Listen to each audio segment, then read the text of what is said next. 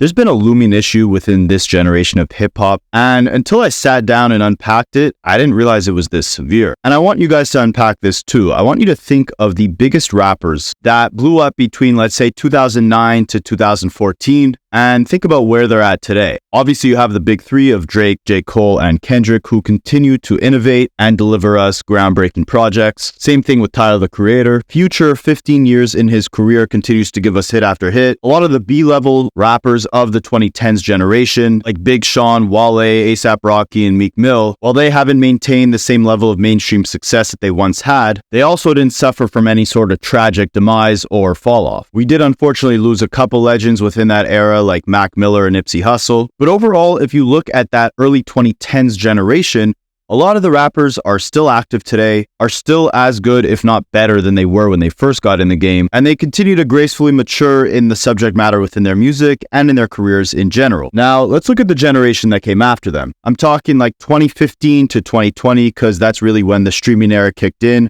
which changed a lot of the dynamics of how we not only consume music, but also how we assess it. At the forefront, ushering in this new generation, were a group of rappers who were early adopters of that auto-tune drenched, slurred out melodic delivery with a predominantly trap sound within their production and song structure. 2014 saw the emergence of some of the pioneers of what I like to call mumble trap. Artists like Young Thug, Travis Scott, Rich Homie Quan, all the Migos, Fetty Wap to a lesser extent. Yes, I know guys like Waka Flocka Flame, Future, and Roscoe Dash all came before these artists, but 2014 was really the year that we saw this more melodic trap sound begin to take over the mainstream, and the key players we had to thank for that were guys like Thug, Travis, Rich Homie, Migos, Fetty Wap, and from there, they passed the torch to the 2016 freshman class, who brought this colorful, carefree, youthful energy to that mumble trap sound, and spun it into what's now known as SoundCloud rap. Then we saw artists like Playboi Carti, XXX, Juice WRLD, Lil Peep, and more kind of take that baton and run with it. Simultaneously, you had the reemergence of street rap and Chicago drill becoming staples once again within mainstream hip-hop,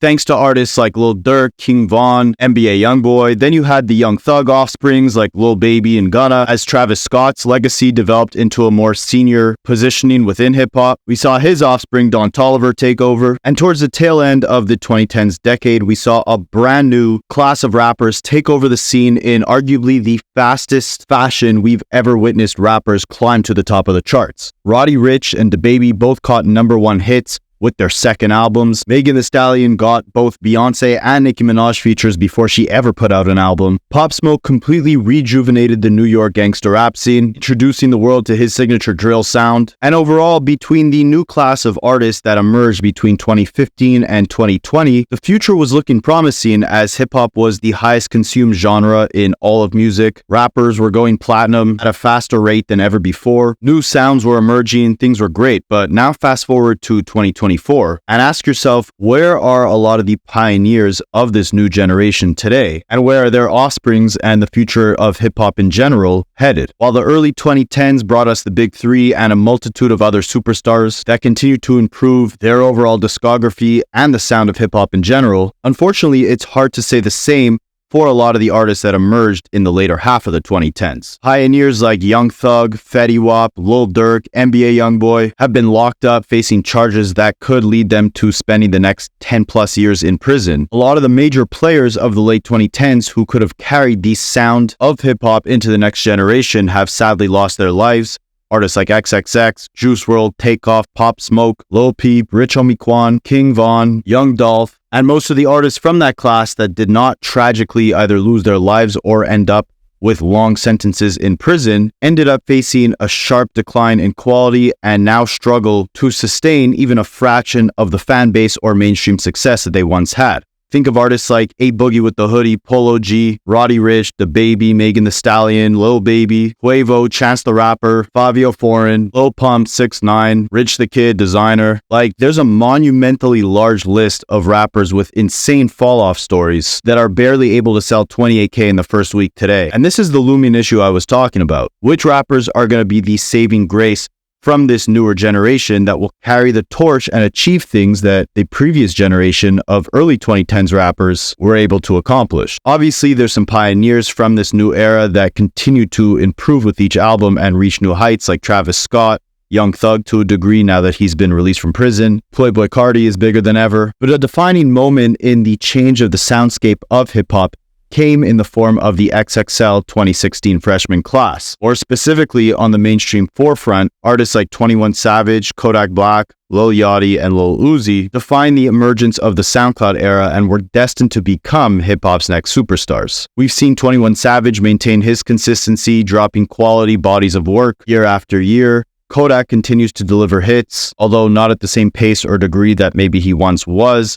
Lil Yachty continues to experiment and evolve his sound, blending genres as diverse as alternative rock. But the promised child of the 2016 freshman class, the class that was supposed to take us into the next generation of hip-hop and evolve it into this new outer-worldly, boundaryless state that we had never experienced before, the promised child of that polarizing freshman class was none other than Lil Uzi Vert. Lil Uzi always had the most potential to reach the heights that his peers didn't seem to have the skill set to be able to attain. He stood out like a sore thumb compared to the rest of that freshman class due to his unique fusion of genres, emotional depth, and genre-defining style. Unlike Kodak Black and 21 Savage, who leaned into trap, or Lil Yachty, who leaned more into a carefree, quirky style of rap, Lil Uzi brought this versatile sound that blurred the lines between rap, emo, punk, and rock.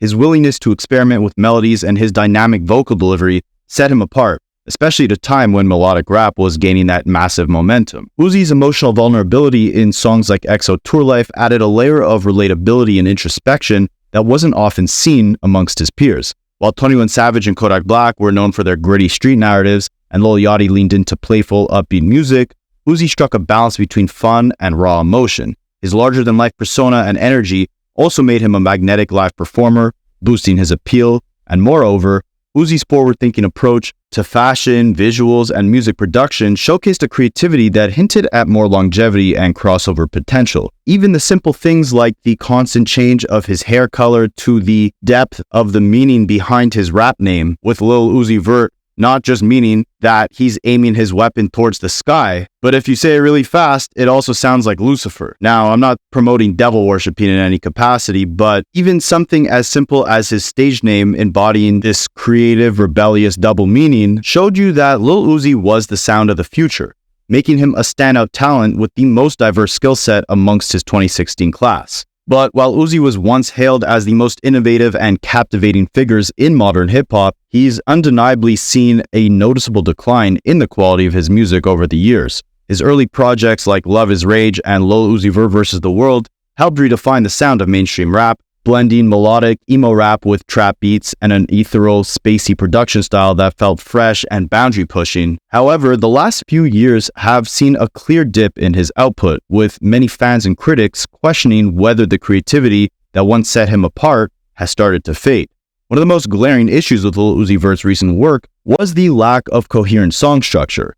Earlier in his career, Uzi demonstrated a knack for crafting dynamic songs that felt meticulously layered, even when they embraced unconventional forms. Tracks like XO Tour Life were able to mix raw emotion with catchy hooks and tight verses, resulting in songs that felt complete despite their experimental nature. In contrast, many of his newer tracks come across as chaotic, often formless streams of thought, and this approach, while it sometimes is effective in creating an otherworldly vibe, it too often results in songs that lack replay value. Instead of gripping the listener, many tracks now feel meandering and directionless, with loose structure that fails to maintain momentum. Another area where Uzi's decline is evident is in his melodies. In his earlier days, his melodic sense was a breath of fresh air, blending rap and singing with a certain finesse. His melodies were memorable, and his auto-tune vocal delivery felt emotive, drawing listeners in. This was something that the fan of traditional hip-hop couldn't fully grasp in 2016, but that was the main reason why Lil Uzi Vert was arguing with radio personalities like Ebro, who were likely 20 years older than him, telling them that his sound is just something that they will never get, but they might catch up over time, because Lil Uzi's more than just a rapper. He was a rock star. Over time, however, the melodies in his music have grown increasingly monotonous and repetitive. Tracks like those on Eternal Atake still have glimpses of Uzi's melodic genius, but the energy feels less dynamic and innovative. On more recent projects, Uzi's voice is often drenched in so much autotune that it loses its original, expressive charm, turning into a robotic hum instead of an emotionally evocative instrument. Additionally, Uzi's lyricism has suffered in both depth and originality. While no one initially tuned in to Lil Uzi for deep, thought-provoking lyrics, his earlier music still had a sense of emotional honesty and introspection, particularly on tracks like EXO Tour Life, or The Way Life Goes, or 20 Minutes, or Dark Queen. These songs conveyed his struggles with fame, relationships, and existential anxiety in ways that felt authentic and relatable. Recently, his lyrics have become more vacant or deadpan, relying on superficial flexes about wealth, drugs, and violence, which feel generic in an already saturated trap scene. The thematic repetition drains the songs of emotional weight, making Uzi's music sound formulaic and uninspired. Production-wise, Lil Uzi has also focused on futuristic, spacey beats, but the production on his recent projects has also become more predictable. Where earlier beats help push the boundaries of trap music, recent songs either feel too safe, where he's relying on overused formulas rather than attempting the experimental soundscapes that once defined his artistry, or he's pushing those experimental soundscapes so left, most notably with the punk rock production that plagued his 2023 release, The Pink Tape, that it almost sounds like Lil Uzi is trying his hardest to be as unpalatable and jarring as possible to maintain and convey this rebellious, against the grain, gritty rock star aesthetic that we loved him for so much in the first place. It's almost like he's trying his hardest to prove to the world that he is this innovative, outerworldly figure that is leagues amongst his class by simply giving us material that is so far left field that it would take you training your brain to actually genuinely enjoy. And this was something Uzi actually spoke on in a recent interview, where he's asked how he feels about his fans being disappointed or at least torn between his latest releases. And Uzi said that he actually likes when fans are torn between whether or not they actually like the music.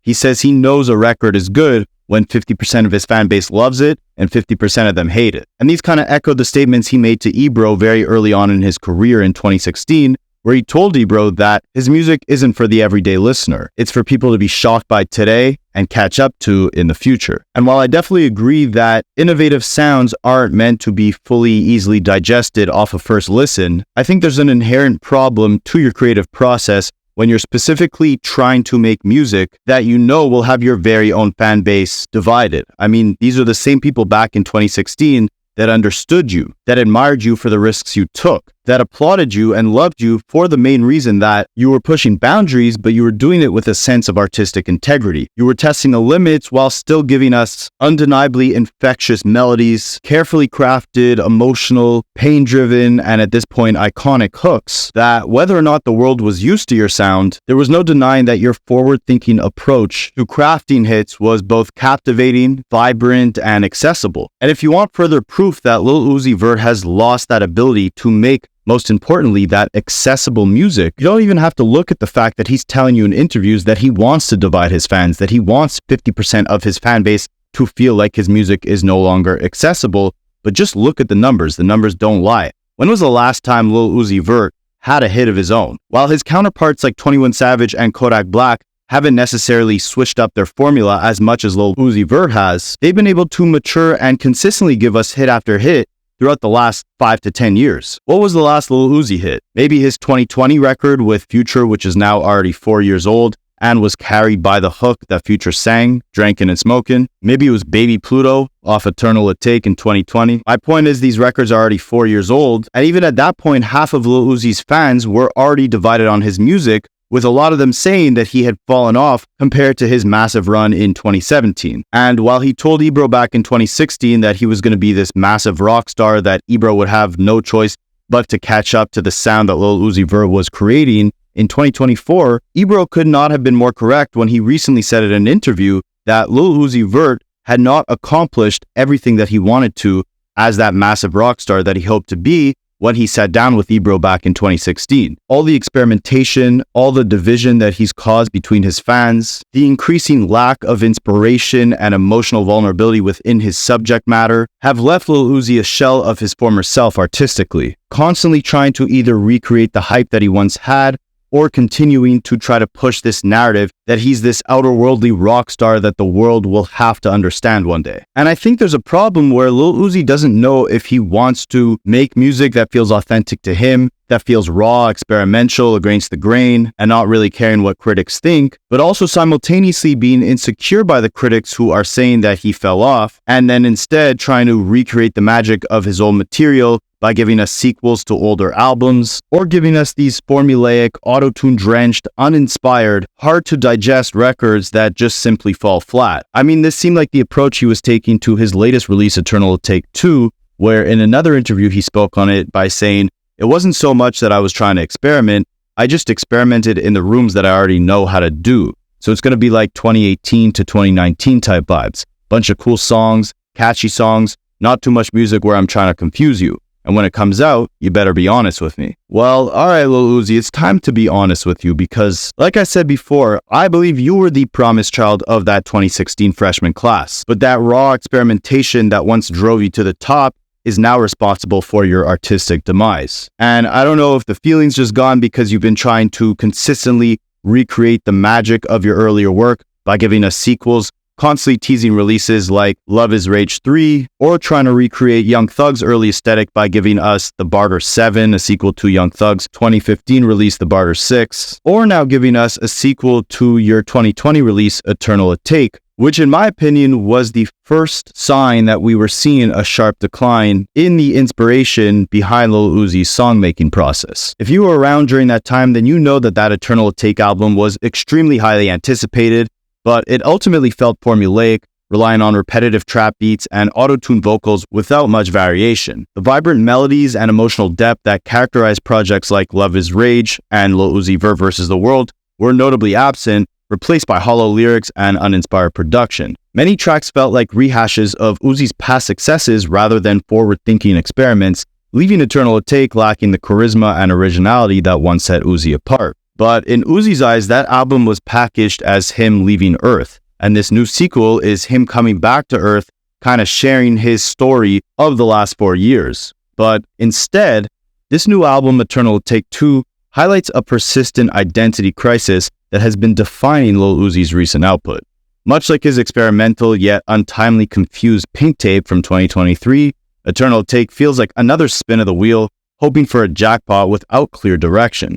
The Pink Tape, with its bizarre nu metal detours, signal an artist searching for something fresh, yet falling short of coherence. Despite a few bright moments, it was ultimately a jumbled experiment. Now, with Eternal Atake 2, Uzi seems to retreat into more of a comfort zone like he was saying in that interview, leaning heavily into fan service and familiar formulas rather than pushing boundaries. And this lack of artistic progression is evident from the outset. It feels like an exercise in ensuring that the album isn't outright hated.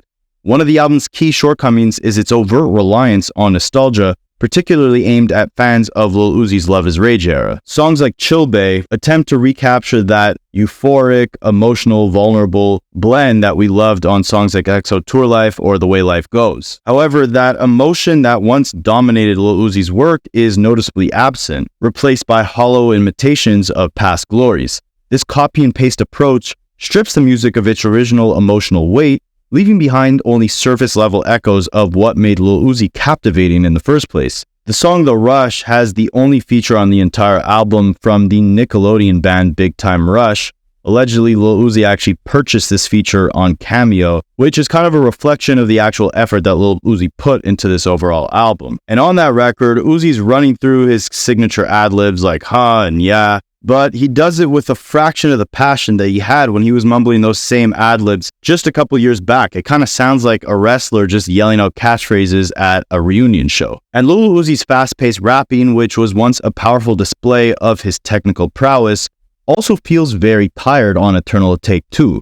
On the original Eternal Atake, Uzi's rapid-fire delivery was brimming with energy and purpose, and while the songs back then weren't as structured as his songs back in 2017, he was still solidifying his place as having some of the strongest punchlines in his entire generation. But here it feels more like a fallback, like a stylistic crutch that's used without the same hunger. Then you got songs like Pars on Mars, where Lil Uzi resorts to simply repeating the word walk nearly 100 times which further underscores the album's lack of inspiration. There are a couple moments on this album that kind of break away from the formula and show a bit of light in a steaming dark pile of hot, uninspired garbage. Lil Uzi kind of taps into this Chicago drill-inspired sound on 3 tracks that feel like they were created with a little bit more care and focus. Songs like Mr. Chow and Lift 'Em Up are anthemic, and they feature these roaring horns and these cymbals, and they give these tracks more weight and feel a little more grand than anything else on the project.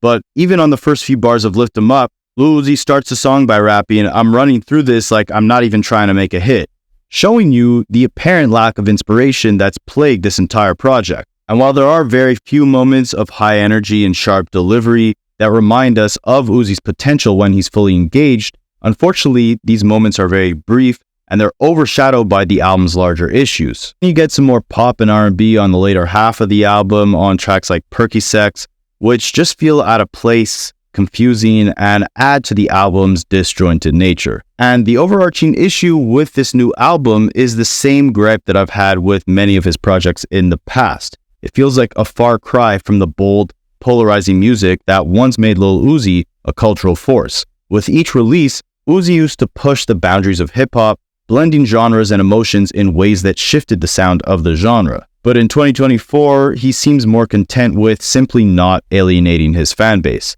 The result is an album that, while it's technically competent, it lacks the daring and innovation that once made Lil Uzi stand out.